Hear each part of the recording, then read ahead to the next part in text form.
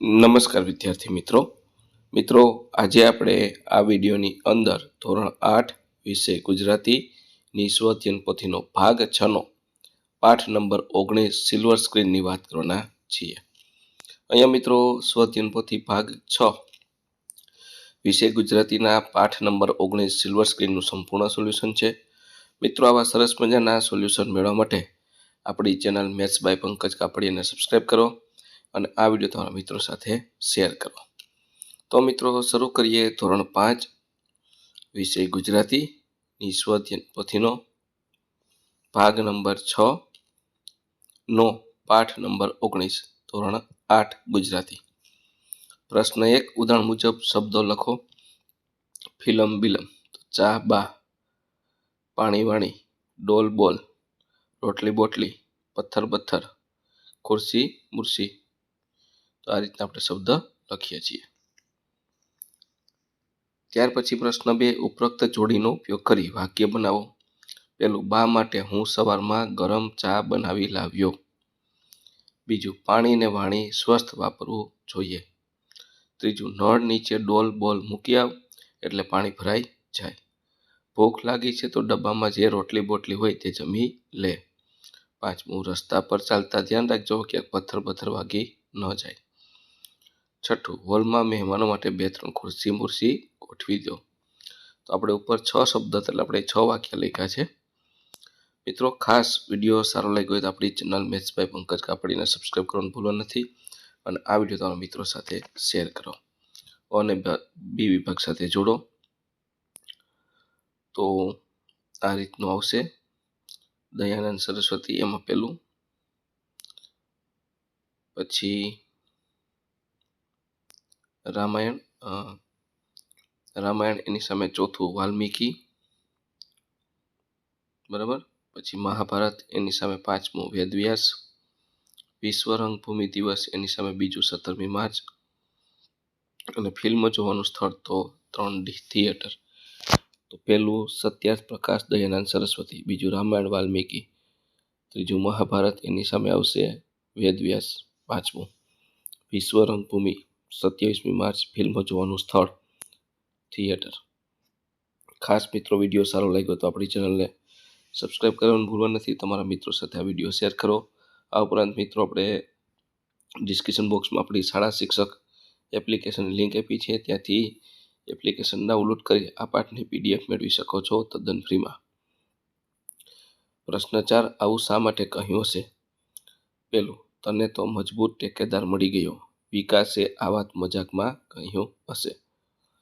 બીજું, આપણે તો સાવ નવરા રહ્યા, બધા મિત્રો વ્યસ્ત હોવા છતાં સેમિનારમાં જઈ રહ્યા એટલે। ત્રીજું, પાણીથી ભરેલો ગ્લાસ અડધો ખાલી જોવા મળે કે અડધો ભરેલો? નકારાત્મક દ્રષ્ટિ રાખશો તો ખામીઓ અને સકારાત્મક દ્રષ્ટિ રાખશો તો સારા પાસા દેખાશે। ત્યાર પછી ચોથું, આવી તક જતી કરાતી હશે, ડૉક્ટર બાસુ જેવા નિષ્ણાતને સાંભળવાની તક સહેલાઈથી મળતી નથી। પાંચમું, ડૉક્ટર બાસુ વિશે જાણતા હો તો તું પણ મારા જેટલો પ્રોત્સાહિત હોત। સુહાસ વિકાસને ઉત્સાહ બતાવો કહે છે। ત્યાર પછી પ્રશ્ન 5 કોઈ એક ફિલ્મ પસંદ કરી આપેલી માહિતી ભરો। તમે ગમે એ ફિલ્મ લખી શકો છો, પણ હમણાં જ આપણે જે સુપર ડુપર હિટ થઈ હતી એ પિક્ચરનું આપણે લખીએ। પેલું ફિલ્મનું નામ છે લાલો, કૃષ્ણ સદા સહાય હતી। દિગ્દર્શકનું નામ એટલે ડાયરેક્ટર અંકિત સખિયા, અભિનેતા સુહૃદ ગોસ્વામી અને કરણ જોશી, અભિનેત્રી હિરોઈન રીવા રાજ, કલાકાર કીર્તિદાને જે આપણે ગીત ગાયું તો પ્રખ્યાત થઈ ગયું છે તો ગીતકાર કીર્તિદાન છે અને કોરિયોગ્રાફર એટલે ડાન્સ ડાયરેક્ટર ધનંજય પવાર છે। તો આ રીતનું તમે કોઈ પણ તમને ઈચ્છા પડે ફિલ્મો વિશે લખી શકો છો। ત્યાર પછી પ્રશ્ન 6 આપેલી વિગત અનુસાર ફિલ્મનું નામ લખો। દેશ પ્રેમવાળી ફિલ્મ ઘણી બધી છે, બોર્ડર છે, માં તુજે સલામ છે, ઘણી બધી પિક્ચર છે, તમે લખી શકો અહીંયા, બરાબર। પછી મિત્રતા માટે 3 ઇડિયટ્સ એવી ઘણી બધી મિત્રતા માટે પણ છે। વૈજ્ઞાનિક છે મિશન મંગલમ, આ ઉપરાંત ઘણી બધી અંગ્રેજી પિક્ચર પણ વૈજ્ઞાનિક પર આધારિત છે। મિશન મંગલમ છે, પછી પોખરણની જે આપણે અણુબોમ્બ ફેંકાતા તે અણુબોમ્બનું જે પરીક્ષણ કર્યું છે તેના આધારે પણ પિક્ચર છે. એવી ઘણી બધી છે. શિક્ષણ ઉપર તારે જમીન પર. ત્યાર પછી સાહસિક પિક્ચર ચક દે ઇન્ડિયા, બરાબર. આ રીતની સાહસિક પિક્ચર છે. હોકી ખેલાડી માટેની છે. દંગલ છે, પછી ભાગ મિલ્ખા ભાગ છે, એ તમે લખી શકો છો.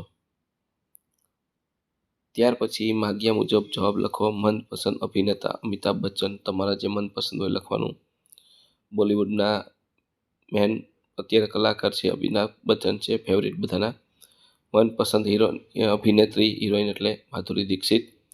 મનપસંદ હાસ્ય કલાકાર સુનિલ ગ્રોવર, જે કપિલ શર્મા શોમાં આવે છે અને સ્ત્રીનું પાત્ર ભજવતા હોય છે. મનપસંદ વિલન તો પ્રેમ ચોપડા. મનપસંદ ગાયક કલાકાર સોનુ નિગમ. મનપસંદ ક્રિકેટર એમાં આપણે સચિન, વિરાટ કોહલી, રોહિત શર્મા, MS ધોની તમે નામ લખી શકો છો. મનપસંદ પત્રકાર રજત શર્મા, જે આપકી અદાલત ચલાવે છે તે. અને મનપસંદ વૈજ્ઞાનિક, સૌથી દેશ માટે સારું કાર્ય કર્યું હોય ને એવા સારામાં સારા વૈજ્ઞાનિક હોય તો ડૉક્ટર APJ અબ્દુલ કલામ. ત્યાર પછી પ્રશ્ન 8, નીચે પૈકી થિયેટરના લાગતા ને હોટલને લાગતા શબ્દોને અલગ કરો. તો થિયેટરમાં ટિકિટ ચેકર હોય, પોપકોર્ન હોય, સ્ક્રીન હોય અને ટિકિટ બારી હોય છે. હોટલમાં મેનુ હોય છે, ફિંગર બાઉલ હોય છે, વેઇટર હોય તે, સ્ટાર્ટર હોય છે, ટિપ્સ હોય છે ને બિલ હોય છે. મિત્રો, ખાસ વિડીયો સારો લાગ્યો હોય તો આપણી ચેનલને સબસ્ક્રાઈબ કરવાનું ભૂલવાનું નથી. આ વિડીયો તમારા મિત્રો સાથે શેર કરો. બીજું કે મિત્રો, ડિસ્ક્રિપ્શન બોક્સમાં આપણી શાળા શિક્ષક એપ્લિકેશન લિંક આપી છે, ત્યાંથી એપ્લિકેશન ડાઉનલોડ કરી આ પાઠની PDF મેળવી શકો છો. પ્રશ્ન 9, તમે અભિનેતા કે અભિનેત્રી હોય તો 5 થી 7 લીટીમાં લખો. જો હું અભિનેતા હોઉં તો સારા અને પ્રેરણાદાયક પાત્રો ભજવત, હું સમાજને સારો સંદેશો આપે તેવી ફિલ્મોમાં કામ કરત, મારી મહેનતને અભ્યાસથી અભિનયમાં નિપુણતા મેળવો, લોકોને મનોરંજન સાથે શિક્ષણ પણ મળે તેવું કાર્ય કરત, હું મારા ચાહકોને સન્માન કરત અને નમ્રતા રાખત, ગરીબ અને જરૂરિયાતમંદ લોકોની મદદ કરત, દેશનું નામ રોશન થાય તે માટે પ્રયત્ન કરત, સારા માણસ તરીકે ઓળખાવું એ મારું મુખ્ય લક્ષ્ય હોત. ત્યાર પછી પ્રશ્ન 10, પહેલું એમાં તમને ફિલ્મમાં કામ કરવાનો મોકો મળે તો તમે કેવા કેવા પાત્રો ભજવશો? હું દેશપ્રેમી સૈનિક, ઈમાનદાર પોલીસ અધિકારી અથવા જવાબદાર શિક્ષકનું પાત્ર ભજવવા પસંદ કરું. બીજું, તમે જાણતા હોય એવી વિવિધ કળાઓના નામ લખો. તો ચિત્રકલા, શિલ્પકલા, સંગીતકલા, નૃત્યકલા, નાટ્યકલા, હસ્તકલા, લેખનકલા આવી બધી છે. ત્રીજું, મહેમાનોનું સ્વાગત કરવા તમે કેવા કેવા સંબોધન વાપરો છો? આપનું હાર્દિક સ્વાગત છે, આપનું અમારા ઘરે સ્વાગત છે, આપનું હૃદયપૂર્વક સ્વાગત કરીએ છીએ, આપ પધારીએ તો અમને આનંદ છે, આપના પત્રથી આ પ્રસંગ શોભાયમાન થયો છે. આવા આપણે સંબોધન વાપરીએ. ત્યાર પછી ચોથું, આભાર વિધિ શા માટે કરવામાં આવે છે? આભાર વિધિ એ કોઈ વ્યક્તિએ આપેલી મદદ, માર્ગદર્શન, સહયોગ અથવા ઉપકાર બદલ કૃતજ્ઞતા વ્યક્ત કરવા માટે કરવામાં આવે છે.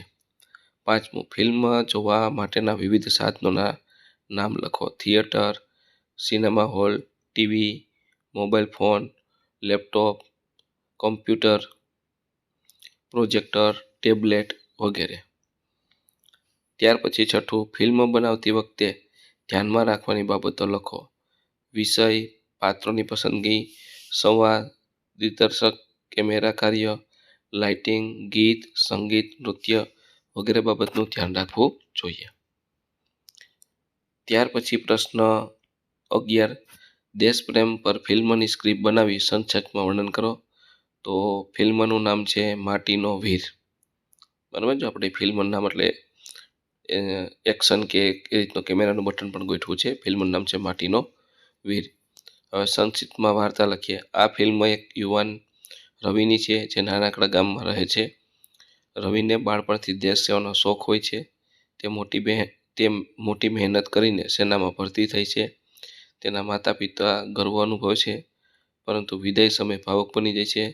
સીમા પર રવિ હિંમત અને બહાદુરીથી દેશની રક્ષા કરે છે. મુશ્કેલ પરિસ્થિતિમાં પણ તે પોતાના સાથીઓને પ્રેરણા આપે છે. એક દિવસ દુશ્મન સાથેની લડાઈમાં રવિ ઘાયલ થાય છે, પણ અંત સુધી પોતાના કર્તવ્યથી પાછો નથી હટતો. અંતમાં રવિની બહાદુરી માટે તેને સન્માન મળે છે.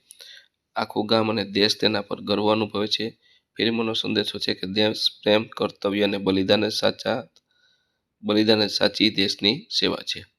તો મિત્રો, આ હતું આપણું ધોરણ 8 વિષય ગુજરાતી સ્વ-અધ્યયન પોથીના પાઠનું સંપૂર્ણ સોલ્યુશન જોયું. મિત્રો, આવા સરસ મજાના સોલ્યુશન મેળવવા માટે આપણી ચેનલ મેથ્સ બાય પંકજ કાપડીને સબસ્ક્રાઈબ કરો અને આ વિડીયો તમારા મિત્રો સાથે શેર કરો.